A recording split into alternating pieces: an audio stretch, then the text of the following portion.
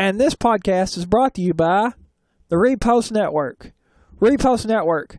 Monetize your SoundCloud content.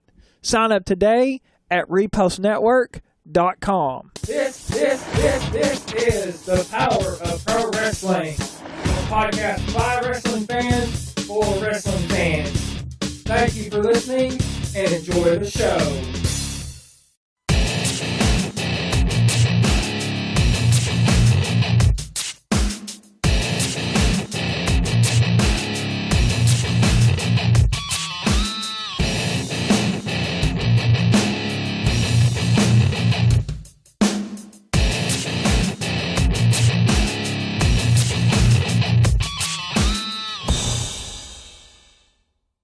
And welcome to the Power of Pro Wrestling Podcast, the podcast by wrestling fans for wrestling fans.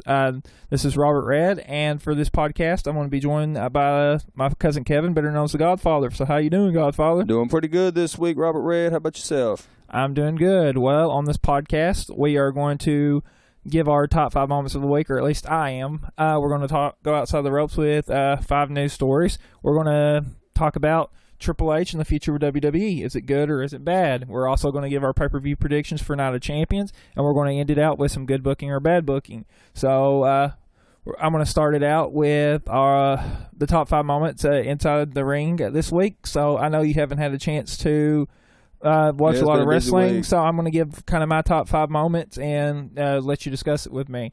Now, my number 5, I always try to do this from 5 to 1, is EC3 and Rockstar Spud's confrontation on Impact, the beginning of Impact. Since this was a busy week, you probably didn't get a chance to see this, did you, Godfather? No, but I read up on it. I mean, at this point, the position TNA in is just really weak. I mean, EC3 is not even a credible world champion, in my opinion. Any confrontation he has with anyone outside of any credible legend, to me, it's just they're just hanging on by the thread right now. That's just my opinion. Okay. Well, I'll explain kind of, since you didn't get to see it. The reason I picked it as number 5, I just loved how it was done. EC3 and Rockstar Spud have had great chemistry.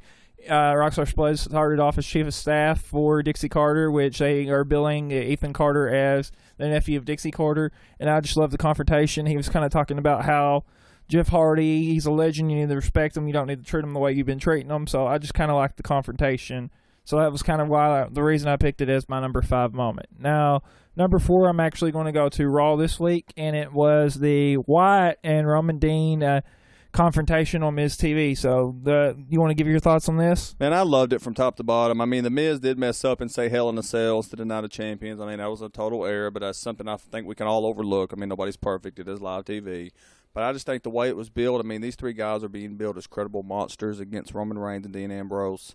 I mean, they're really putting their walls against the back here, you know, as far as this feud is going. I mean, I really love it. I hope it don't end at Night of Champions. I hope they maybe bring this into, like, a 6-man Hell in a Cell match at Hell in a Cell, to be honest with you. But, I mean, I'm loving it from top to bottom where this feud's going. Yeah, I'm enjoying it as well, and I felt that they actually did something very well on Raw, so I'll tell you why I picked this as my number 4 moment. I love the interaction between Bray and Roman. Roman actually didn't suck this week. What he was trying to say, he was like, you think I'm going to tell you my partner just so you can go and beat up on him, like they did the previous week with Randy Orton and Jimmy Uso on SmackDown. So I just love the interaction there, and I felt it was very well done, so that's why I kind of picked it as my number 4 moment. Now, number 3 is actually, I'm going to Ring of Honor, and it was Dalton Castle versus Cedric Alexander. So, did you have a chance to read up on this? No, I didn't get a chance to read up on the Ring of Honor yet. I mean, I tried to catch myself up this week. I was a little bit busy. I didn't get a chance to watch most of these other outside promotions, but I do take the time to at least try to read up on them a little bit, just try to see what direction they're heading into. But I'm completely have no opinion or anything on this. Okay, well, I'll kind of tell why I picked Dalton Castle and Cedric Alexander. I just love the character or gimmick of Dalton Castle.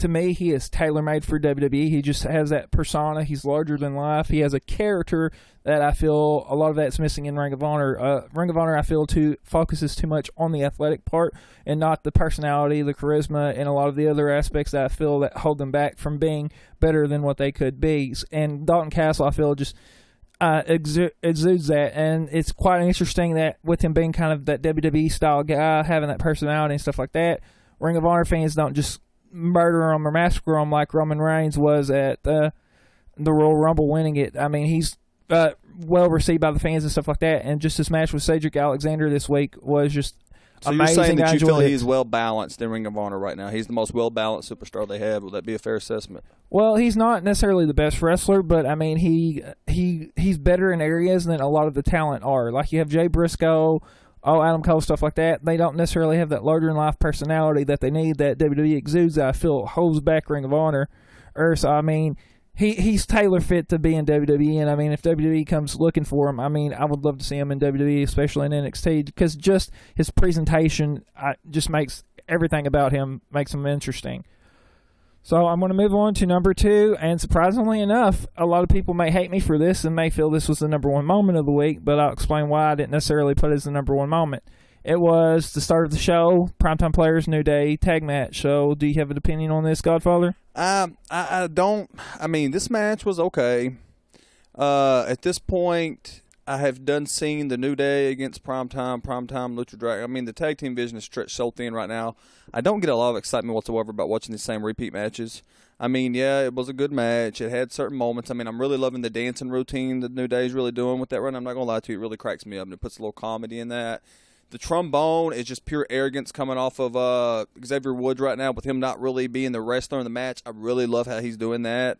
Side of his character really keeping himself involved without necessarily, being actually wrestling for the tag titles. But, I mean, I need some fresh breath of life or I get excited about anything with the tag team division anymore right now. Yeah, I mean, I did like the moment just for the simple fact the match wasn't bad. I enjoyed it for what it was. As in, I expected the New Day to keep the titles because of them facing the Dudley Boys at Night of Champions, which we'll actually get to talk about our predictions later on in the show. But I enjoyed the routine with Stephanie and Triple H, and like Stephanie starting dancing and them trying to coerce Triple H, and then Triple H coming in and starting doing his little routine and stuff. It was entertaining as heck. To be honest with you, I didn't like it because of that. Because they are still supposed to be, the last time I checked, the Authority. They're still supposed to be the heel group of WWE faction right now. And that didn't show them, even though that the New Day is being tagged as a heel tag team, that did not show them as the undercut and just real threatening, deceiving, just hardcore heel faction that they really need to be right now. I mean, the Authority is, that right there to me was almost a kill point to the Authority. I mean, they're really losing everything. They're losing all their traction that they've built up. Yeah, and I think that's really a point of contention among a lot of wrestling fans of that was very much a babyface move. And if you go back before even New Day came out, they were talking about Connor's Cure philanthropy effort that they're doing, and which is really much a babyface thing to do, to deal with philanthropy and stuff. That's something that Ruthless Heels wouldn't do. And then the whole dancing with the New Day, it does feel like the Authority is babyfacing it up. And then you talk about later having the whole Seth Rollins thing and trying to be the undercutting heels. It does, I feel, leave a lot of wrestling fans confused that they're like scratching their heads. They're like, okay, you're supposed to be the heel faction or authority figure, or we're supposed to hate you, and you have this philanthropic effort. I'm getting tongue-tied just by saying that. With Connor's Cure, so I mean, it's kind of confused. It's almost like you're a tweener, like you're trying to be good guy and bad guy at the same time. So I mean, the last 2 weeks they have come out and promoted things and talked in a really good reference to the show and to the product and everything. They haven't really been that, heel faction like they started out. I mean, Triple H, obviously, when he started himself out to be Vince McMahon of 1997. Okay, I mean, everybody's seen that. If you didn't see that, you're not a true wrestling fan.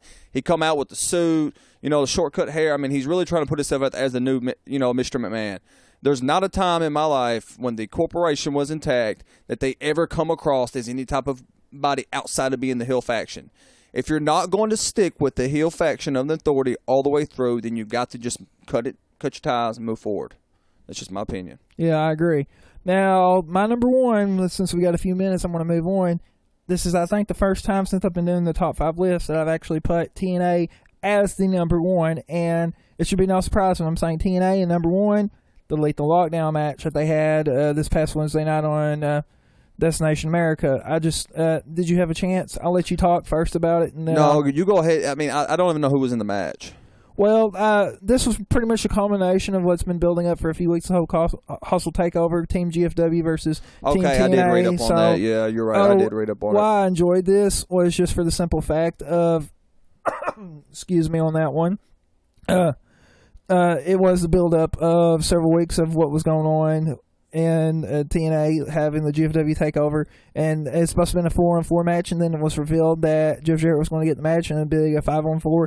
So it looked like TNA was outnumbered, and then at the last second, when the 10th man came, Bram comes in to make the save and let TNA win the match. And the reason why I like this match was just it's a Lethal Lockdown match. I do feel if they were going to have a Lethal Lockdown match this close to Bound for Glory, they should have held it off till Bound for Glory, and I felt that would have gave it a better payoff. But I just enjoy the Lethal Lockdown match. It gets me excited just watching one because it's just a lot of carnage there at the end after everybody's in the ring, and just the athleticism. It's just a good melting pot of wrestling, if I can use that term.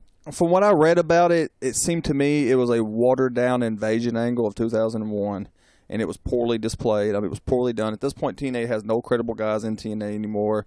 I mean, Global Force Wrestling don't seem to really be getting going any farther than what they are with plugging themselves into TNA. I feel like that if you could have, like you said, you could have stretched this out a little bit longer, made the payout last a little longer, at least made Global Force Wrestling seem like they were a credible threat. But now you've kind of just crushed them, killed them, they're done.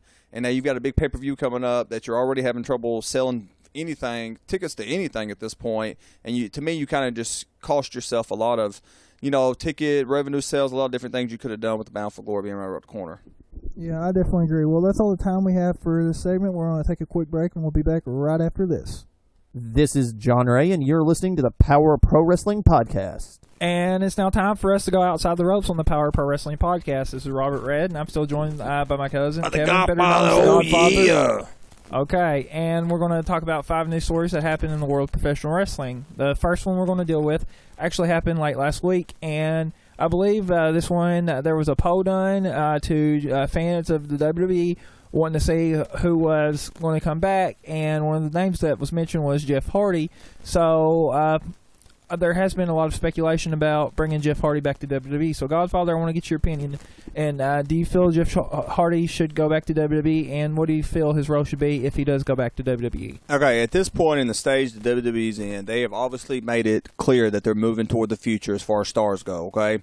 The only way I see Jeff Hardy having any kind of real impact is if he comes back with his brother Matt and they reunite the Hardy Boys and plug them into that very weak tag team division. The Dudley Boys is already going to put a nice spark in that, but if you don't, keep going with that spark, because if you just have the Dudley Boys and they're still facing the Lucha Dragons and the Bull, Horden guys and just the very weak tag teams they have, to me, I feel like you need to insert another good veteran tag team into that, and I really think it would kind of kick-start it up. Jeff Hardy coming back as a singles wrestler is not going to work. I mean, I feel like he's way past his time, in my opinion. I was never really that big of a Jeff Hardy fan to begin with, but I just think after so many years of being gone, that most of his fan base, I don't feel is still there in the WWE like they once were. I mean, you see how everybody's turning on John Cena now because they're ready for the future.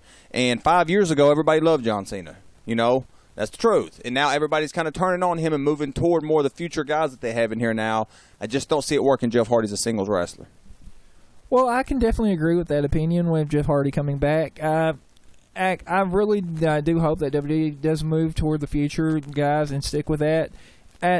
Jeff Hardy coming back, I think would be hugely popular, at least for a little bit, for the short term. If he does come back, I feel he needs to work a very limited schedule, like a Chris Jericho schedule, something like that. Just pop in and out when they need them, maybe for the big events of SummerSlam, stuff like that. I wouldn't necessarily be against the Hardy Boys reuniting and helping with the tag team division. That would be another credible team there. I mean, especially that you can't have necessarily Edge and Christian. Having another veteran tag team, like you said, I can agree with that point. Putting them together and helping the younger guys and the tag teams that don't have a whole lot of experience but are experienced, you can bring them up to that next level. And I feel the Dudley Boys hopefully are going to do that, and bringing back the Hardy Boys and maybe in that capacity would be a good fit too, to raise up another tag team. So I kind of thought they were going to do that with the New Age Outlaws. They brought them back just for a short span. They kind of killed that before they really could get anything going with it. But, I mean, if you think about a tag team division with not just the New Day and the Primetime Players, but with the Hardy Boys back again, the Dudley Boys back, maybe you bring back the New Age Outlaws for a short strand. But then, like, what's wrong with taking two singles wrestlers like they used to do and putting them together as a tag team? I mean, the Rock and Salt Connection was a great tag team at the time it was. Kane and Undertaker was a really good tag team for a while, I mean, just like that, like take two good stars that you're not really doing much with and build them as a credible tag team. When's the last time you seen Damien Sandow on TV? When's the last time you seen Curtis Axel on TV? I mean, The Miz, for that sake. I mean, you're just throwing him into random intercontinental matches. Why not give him a partner and put him back into a tag team? They kind of killed that whole, thing with him and Mizdow being the stunt double a little too quick, in my opinion, with no real payoff. That's just my opinion. The tag team right now really needs some credible tag teams in it outside the same 5 guys fighting every Monday and every Thursday. Okay, I can definitely agree with that. So let's move on to our next news story. And it was just announced this week that the next inductee into the TNA Hall of Fame will be the famous referee, Earl Hebner. Now, for you people who may or may not know, Earl Hebner is known for the infamous screw job back in Montreal at Survivor Series 1997, where he did the infamous ringing the bell of Bret Hart to allow Shawn Michaels to win the title. So he's being honored in TNA's Hall of Fame. They're actually going to induct him the night before Bound for Glory, which is October 3rd, in, I believe, Salem, Virginia. Is where the ceremony is going to do. So what are your thoughts on that? Do you feel that Earl Hebner deserves to go in the TNA Hall of Fame? Who cares? Who cares about you putting a referee into the TNA Hall of Fame? This guy's obviously not credible enough to be in the WWE Hall of Fame, which is the big leagues. So why should anybody care that you're putting... All this shows you is just how weak of a type of credential wrestlers they have in TNA at this point, that they feel a need to try to put somebody in the TNA Hall of Fame every year. And the fact that now that we're having to put referees in there because you'd have nobody else to put in there. I mean, no offense, Robert, but who cares? Well, I'll actually disagree with you on this one. Earl Hebner, I feel, does deserve to go in the TNA Hall of Fame. He has been a referee for years and years and years. You got to realize he was reffing back in Hogan heyday, if that tells you how long he's been reffing. So I'm not disputing his experience. Just his experience, his credibility. He deserves to go in the TNA Hall of Fame. It's sad that he probably won't go in the WWE Hall of Fame. Aim just for the simple fact of what caused him to get removed from WWE. Maybe they'll forgive and forget. I don't really know. We'll kind of talk about that. So what was the whole thing about why he got kicked out? Just quick words. Well, apparently, from what I've heard, is they were selling WWE merchandise like under the table or something like that, and that's what caused them to get fired back maybe 10 years ago or so. So that's why I feel they may or may not ever get into the WWE Hall of Fame, Earl Hebner. So I'm glad that they're actually honoring him and putting him in the TNA Hall of Fame. Since they've already done Jeff Jarrett's ceremony and stuff, I'm glad that they're at least going to do something at Bound for Glory, because that's supposed to be the WrestleMania. So I'm glad they're going to do actually something for their Hall of Fame. And putting Earl Hebner, he deserves it. It's sad, like I said, that he won't go in the WWE Hall of Fame more than likely. He may get an Ultimate Warrior thing to where they forgive and forget and actually put him in the TNA Hall of Fame. I don't see him WWE putting a referee in the Hall of Fame. Well, I mean, if you can look, they put celebrities and stuff in, so what harm? But they plug people in that's going to give them a pop, and it's going to get more buzz about their Hall of Fame at that year, and gets more buzz to WrestleMania. That's the whole purpose of why they put celebrities in, because they bring that extra buzz, the extra crossover media that they don't normally get. I don't see where a referee is going to do them any... WWE thinks of what are we going to get out of what we're putting in, and they're not going to get anything in return enough to warrant them to bring back a referee to put a referee in the Hall of Fame. I mean, a lot of people might stay on this. I just don't see what the big deal is about putting a referee in there. Okay, fair enough. Let's move on. Our next one, we're actually going to kind of get political when we go outside the ropes. WWE Hall of Famer Jesse the Body Ventura has actually announced that he's going to be running for president. I'm not sure. I don't think it's 2016, this next presidential election, but I think it's 2020 is what I think he was going to aim and gun for. So what do you feel about Jesse the Body Ventura running for president? Do you feel this is going to be a good thing, that a wrestler is going to be running, or just kind of what's your thoughts? Yeah, I think it's a good thing. I mean, this ain't no offense, but outside of, I know that this, I might touch on a touchy subject to some people when I'm fixing to say this, but I am who I am and I speak my mind. If we had never got into these racial remark things coming from Hollywood Hogan, I guarantee you, if Hollywood Hulk Hogan ran for president, he would get a lot more fan base than what you may realize. It's because these people have a certain esquire to their eyes. If Arnold Schwarzenegger was born in the United States of America and ran for president, I guarantee you he could have won the presidency at the time, right after he finished his governorship in California. I mean, I don't see where these guys are going to go wrong with this. I don't necessarily know if these guys are going to win, but I don't see a problem with it, and I far have a problem with it. I mean, Donald Trump's running for president this year. I mean, who are we to say anything about Jesse the Body Ventura trying to run? He obviously did something good as being the governor of Minnesota for as long as he was. Maybe he'll put a little different spin on the White House. And a good point there. That's actually where I was going to take it, that Jason Bobby Ventura has actually been governor of Minnesota. So, I mean, he's held political office. He has been doing a lot of political things. So I don't necessarily think it's a bad thing for him running. It's just that I don't know how people would feel about him being president of the United States, especially. And he seems to be conspiracy theorist, and a lot of people might look at him as a nut job and stuff and may not view him as someone who belongs in the White House. I mean, that could hurt him. But just the simple fact of him winning the governor of Minnesota, he does have political experience and stuff like that. But we're going to move on to our fourth news story. I'm getting tongue-tied here. And it's actually going to deal with toys and stuff like that. WWE is actually going to be working with Jakks Pacific. Again, if you remember back in the day, the WWE had their action figures and stuff manufactured by Jakks Pacific. So how do you feel, Godfather, about them working with Jakks Pacific again? They're currently with Mattel with their action figures, and they're going to keep with that. But I understand this is going to be outside other stuff that they're going to work with Jakks Pacific. So I kind of wanted to get your feedback on this. Man, whoever they go with, I'm just hoping that the prices of the action figures maybe start to drop. Because if you haven't been to a store lately and see how much one of these WWE action figures cost, I mean, it's unbelievable versus how much they used to cost. And, I mean, my only thing is that one thing I don't like about some of these companies that have been making their toys is every superstar is being sized the exact same body frame, exact same bicep frame, exact same height. We all know that's far from the truth. If you're going to make, everything try to be, if the features on them are going to be realistic as possible, then a Rey Mysterio Jr. figurine should not be just the same as tall as a Big Show figurine. That's my opinion. If you're going back to these, maybe try to switch it up a little bit, and maybe since they got two different people working with them, maybe some of the price would jump on them. Well, like I said, Jakks Pacific actually is not going to be doing the action figures. They're going to be doing other stuff with the WWE. But I do agree with you that the action figures do rise in cost and stuff like that, and that may just be the simple fact of cost of living going up every year, maybe is why the action figures. But I can't agree with you on the point of the action figures don't need to be the same size. I wanted to kind of look at the angle of did you feel that Jakks Pacific working with WWE again would be a good thing or a bad thing, which I do feel it's going to be a good thing. They do have a past relationship with them, so I do like that WWE is actually going back to Jakks Pacific and will be doing more with them outside that, and maybe in the future they do go back to that. Never with Mattel, like I mentioned right now, that is famous for making Barbie. So, I mean, obviously Mattel knows how to make toys and stuff like that. Barbie's like one of the most popular dolls, action figures at retail. So, I mean, I feel them staying with Mattel, them going with Mattel was the right move, and staying with Mattel wouldn't be bad, but working with Jakks Pacific I feel would be good as well. And we're going to go to our final news story on our Outside the Ropes, and it has been revealed that Jeff Jarrett actually no longer has minority stake in TNA.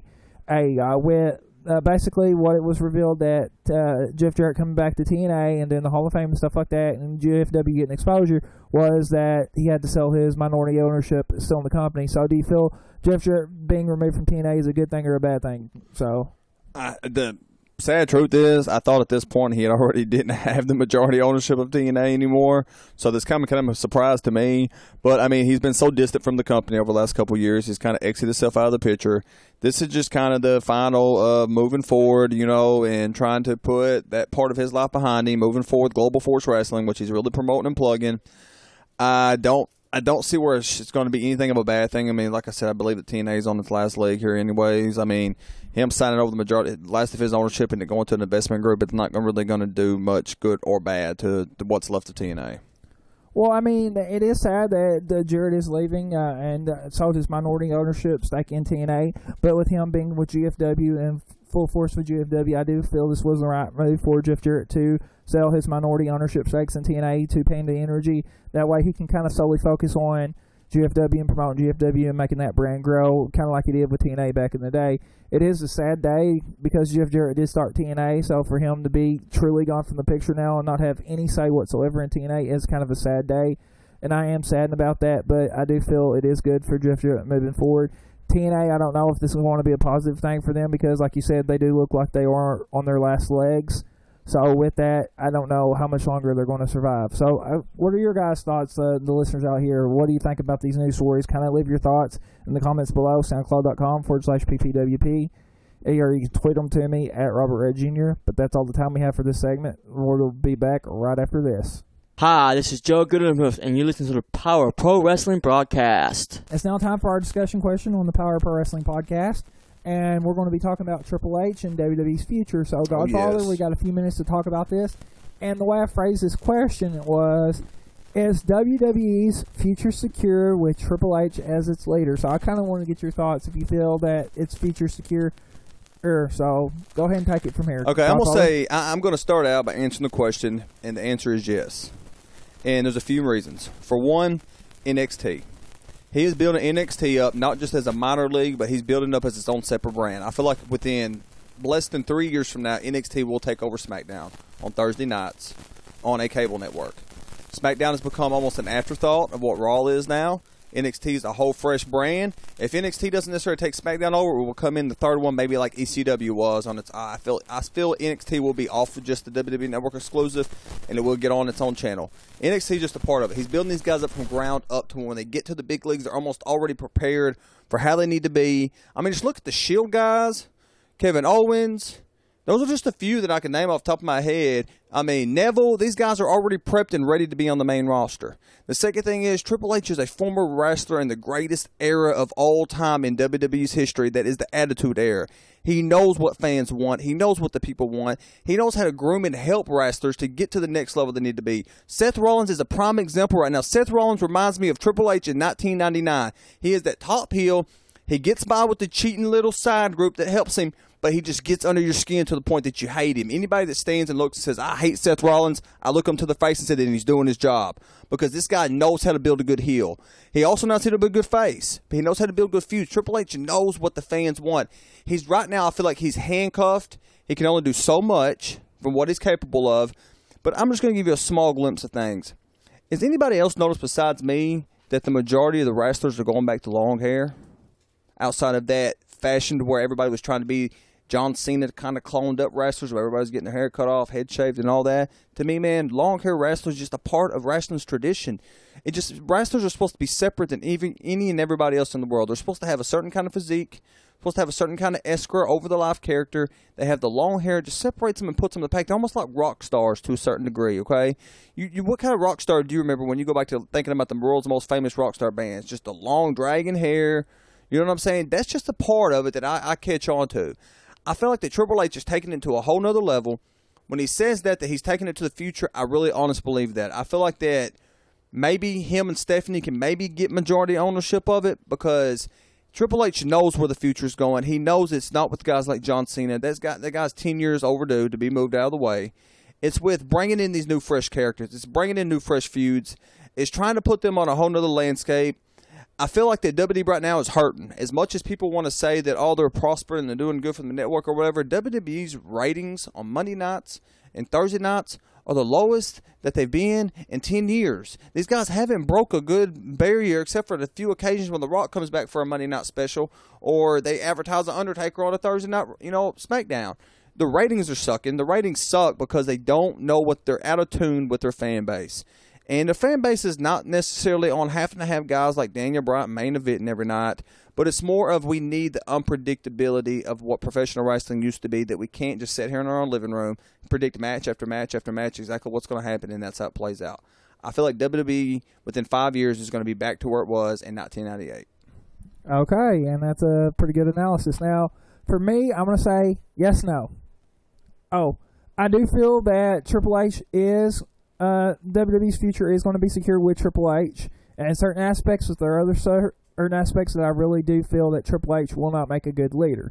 Now, like you mentioned, NXT, that is the prime example. If we want to look at how the WWE is going to be led under the Triple H era, we have to start at NXT because Triple H is in charge of NXT. It's his baby. So if you look at NXT, it's the rave of the wrestling world. Anybody and everybody who's in wrestling wants to come to NXT right now. You have Samoa Joe, Kevin Owens, all these other guys that have come from the Indies to WWE. You just got Johnny Gargano, Tommaso Ciampa. All these guys are coming to WWE, to NXT, just based on the strength of NXT, and that can be contributed to Triple H. So, that's where I feel Triple H can be a good leader in terms of that. And being a wrestler, he knows about wrestling and stuff like that. He knows inside the ropes. That is another advantage to being a leader because he's been in the ring. He knows how to work a crowd, stuff like that, and that can transition, I feel, very well over to him being a leader. The one thing that I do feel that Triple H is going to be lacking in if he does take over, and that's being a true businessman. Now, I'm going to let you talk about this when I get finished. perfect example because this has been a raving since Monday night. The whole Triple H, I feel, has too big of an ego and will not put it aside when it comes to business. Case in point, I know you're a big fan and you've talked about this, like the whole when we did our SummerSlam podcast, CM Punk situation. Even his wife, AJ Brooks now, is feeling it. They just had Nikki Bella break AJ Lee's record as the longest reigning Divas champion. And so just out of spite, I feel Triple H did that. I don't feel Triple H, when he does take over, is going to be able to put his ego aside and do what's truly what they said since they started this Authority storyline. I don't feel he's going to be able to do what's best for business when it truly is best for business. I feel he's going to let his ego step aside. Like, if Vince was not there and CM Punk wanted to come back to WWE and it was based solely on Triple H's decision, he'd say, screw you, buddy. You walked out on us. I'm not going to let you come back. So I feel that's where Triple H is not going to be a good leader for WWE, and his future will not be secure for that. Now, if he is able to put his ego aside, or if Stephanie can intervene and say, hey, this is good for business, then I'll be perfectly fine with Triple H being the leader of WWE. But that is my main concern. I do feel it's a big concern. And I know we've ran over time, but I'm going to let you kind of chime in on what I just said. Okay, thank you. Here's my thing. The whole AJ Lee's record being broke, I honestly feel that was not Triple H whatsoever. That was John Cena politicking his way to Vince McMahon. The Bella is John Cena's fiance. I feel like John Cena went in there and pulled the John Cena card. That I'm John Cena, this is my girlfriend, and I feel like that was the reason why they let her record get broke. I feel like that as much as we believe that Triple H runs the show, we all know when it comes to the main roster, Monday Night Raw, Vince McMahon still has more pull on that than anybody else does. I feel like that was Vince McMahon sticking it to. Vince McMahon is the one that brought in the Bellas. He stuck with the Bellas as long as he has, no matter how sorry they are, no matter how people dislike them. This was him saying that we need to get this record off of AJ Lee because she walked under us like she did. Now, granted, I really feel that one of these new divas will end up breaking Nikki Bella's record soon. You know, I feel like that maybe we're going to see the Divas Championship getting passed around a little bit, you know, over the next course of the year with the Revolution. But as far as Triple H goes, politicking has been a part of WWE since the 80s. Hulk Hogan politicked himself all the way until beating Yokozuna in the main event of WrestleMania. It's always going to be a part of it. People just have to understand that and deal with it. That is a privately owned, family-owned business. They can still do what they want to do at the end of the day. They're going to politic their way as much as they want. But I feel that Triple H is the right direction because he's not so out of tune with what today's fan base wants. As much as the politicking crap is going to happen, at the end of the day, I feel like that there's going to be times that he may not do what's best for business for his ego. But let me just say like this to you. If Triple H wasn't about the business, Triple H was the man that got Bruno Sammartino to come back and put himself into the Hall of Fame when he had such a horrible relationship with WWE, and Vince McMahon couldn't get that guy to come back. Triple H was responsible for helping Sting get into the WWE. Triple H was responsible to get Ultimate Warrior to come back onto the Hall of Fame. He knows what to do to get the job done. I feel like as much as people hate Triple H, most of the time people hate you when they ain't you. And at the same time, Triple H to me is a good image going forward with the future of the WWE. He will be able to succeed where Vince McMahon has failed in the last 15 years. Okay, well, since we have run over time, thank you for that, Godfather. I loved your feedback. And, hey, listeners, I want your feedback. Let me know. Tweet your feedback at Robert Red Jr. or post it in the comments below when this episode gets posted. I'd love to hear it. But that's all the time we have for this segment. We're going to take a quick break, and we'll be back right after this. This is Brad Hargett, and you're listening to the Power of Pro Wrestling podcast. It's now time for our bold predictions on the Power of Pro Wrestling podcast. I'm still joined by the Godfather, and for this one, Night of Champions is this Sunday at the time of this recording, so we're going to do our bold predictions for the pay-per-view.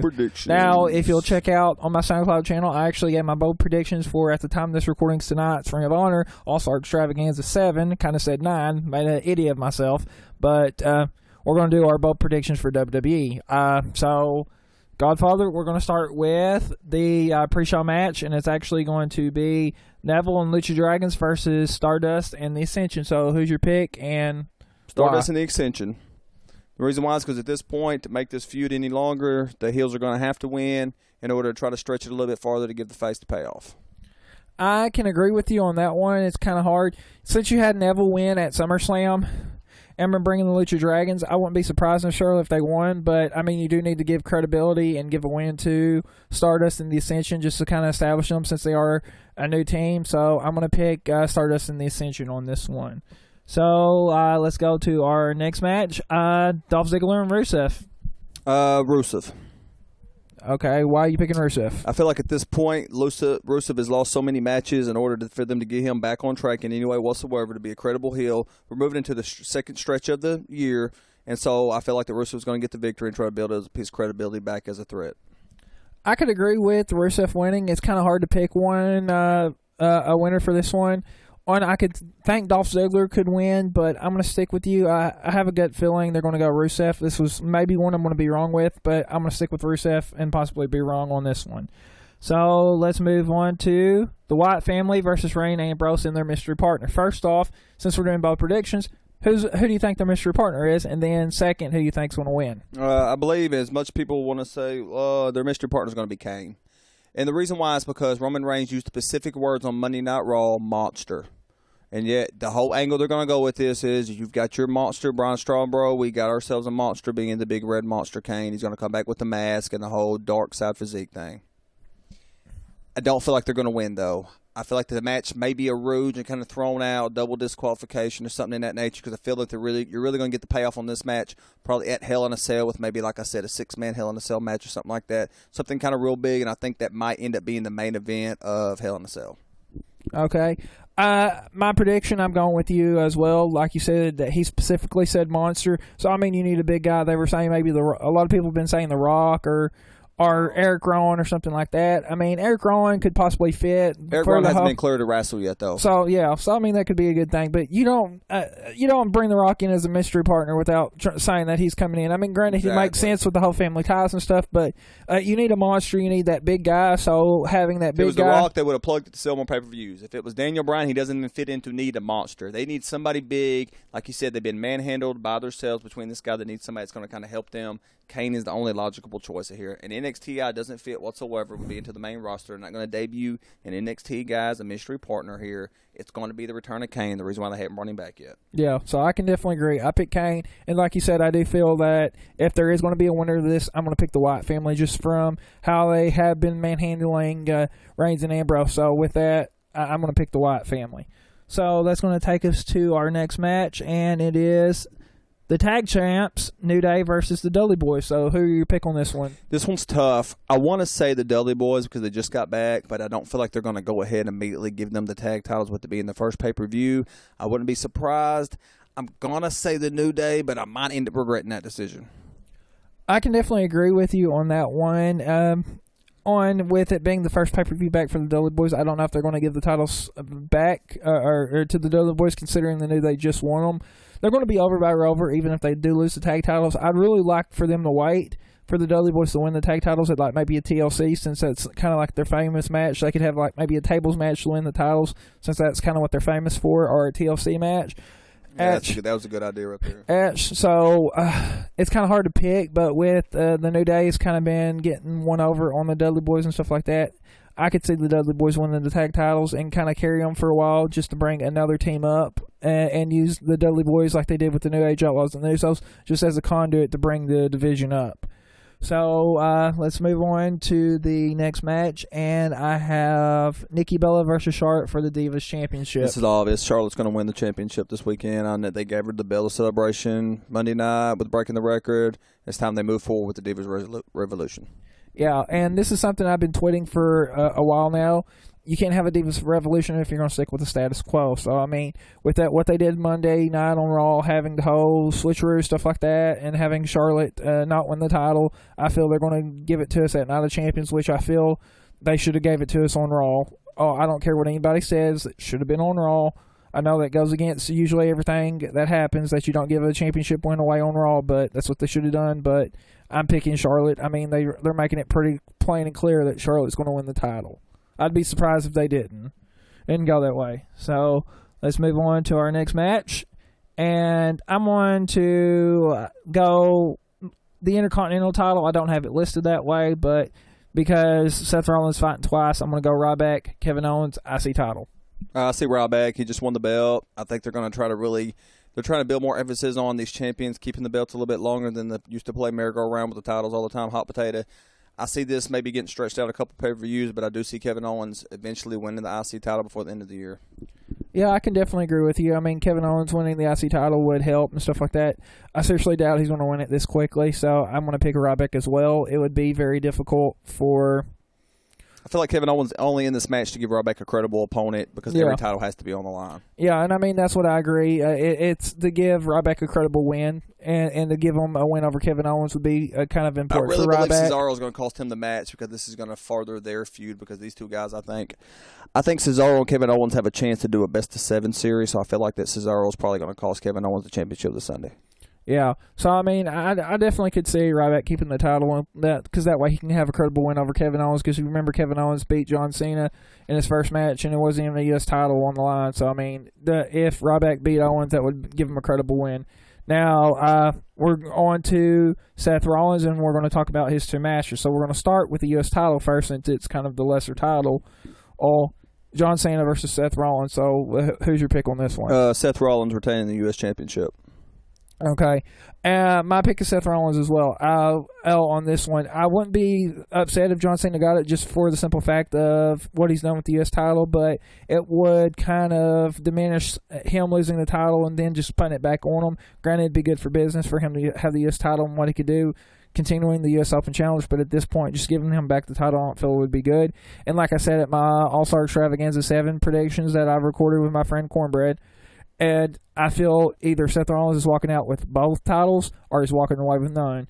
So I feel he's going to keep both titles, so I'm picking Seth Rollins for the U.S. title match, which leads us to Seth Rollins and Sting for the WWE World Heavyweight Championship. Who's your pick on this one? I'm going to be honest with you. People can say whatever. It's going to be Sting. Sting's going to win the title this Sunday, and Sting will have it from Sunday to Monday, and Sheamus will cash in the Money in the Bank briefcase Monday Night on Raw and take the title off of Sting. Okay, I mean, I definitely could see that potentially happen. I wouldn't be upset if Sting won it.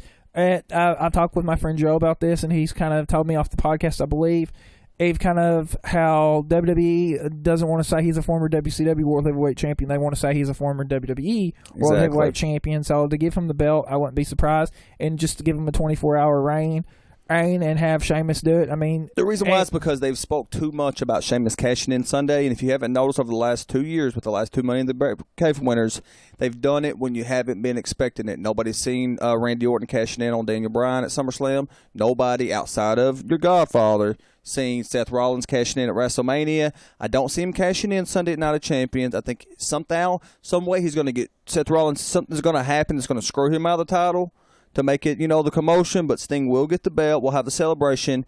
They'll probably have the rematch immediately Monday Night on Raw. Sting will be laid down in some form or fashion, and then Sheamus will come out and cash in on Monday, and they'll start, advance a feud after that. Yeah. And like I said, I won't necessarily be upset with that, having Sting win the title and then Sheamus cashing in the next night on Raw just to make him a 24-hour champion. And I just... with them going into a feud with Triple H, I mean, maybe he will lose the WWE World Heavyweight Championship, and maybe he will lose the U.S. title to John Cena. It's like I said, he's either going to lose both belts or he's going to keep both belts. And to me, he needs to keep both belts just to keep his credibility, because this has been the best that he has been doing so far since he's been the WWE World Heavyweight Champion. His feuds just right after he won the title haven't been that good. So I'm going to pick Seth Rollins on this one. This may be another match where I'm wrong. And like I said, if I'm wrong on this one, I'm okay. But that's kind of all the time we have for this one. Listeners, tell us your predictions. You can tweet them to me at Robert Red Jr. or leave them in the comments below. But we're going to take a quick break, and we'll be back right after this. This is The Godfather, and you're listening to the Power of Pro Wrestling. Oh, yeah, podcast. It's now time for our final segment on the Power Pro Wrestling Podcast. It's good booking or bad booking. And I'm still joined by my cousin, The Godfather, my cousin Kevin.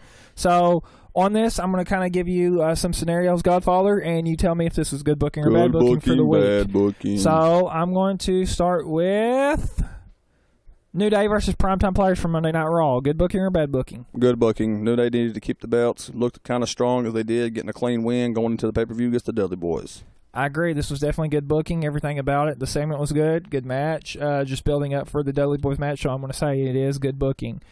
Okay, let's go to Nikki Bella versus Charlotte, the Divas title match on Raw. Horrible booking. I don't think they should ever let the record get broke. I understand the politicking in the background effect of that. I think it was bad booking. Charlotte should have won, had the rematch at Night of Champions. Yeah, this has been hotly debated. I mean, I agree it was bad booking. A lot of people want to say heat is heat, and I'm going to hopefully write an article about that on my Power Pro Wrestling Podcast blog that I have now, website. But I'm going to say bad booking on this one. on Ryback Kevin Owens face-off on Raw. I think it was bad booking. I mean, right now this is kind of, they're just now advertising this match. They should have kind of been building this matchup, in my opinion, for the last 3 weeks. I definitely agree. This was bad booking. It was terrible. I mean, they were in Memphis, Tennessee, which is not far from us, from the place that we're recording. It just was kind of awkward to have Ryback try to pretend he was Elvis Presley. I get why he did it, to be kind of like a baby face, but it just came off just terrible. So I do agree this was bad booking. Okay, we're going to go to Sting versus Big Show on Monday Night Raw. I think it was good booking having the Sting face the Giant, because I liked how they keep referring to him as the Giant. JBL did try to pull those old WCW fans in. I think, yeah, he could have faced all these new guys or whatever, but you needed a match against somebody that he has faced before, like a veteran that can kind of help carry him a little bit just in case, make sure he don't get hurt, because I think Sting's really going to pull all the stops out this Sunday against Seth Rollins. They wanted to save all the gas he had for his tank for the pay-per-view.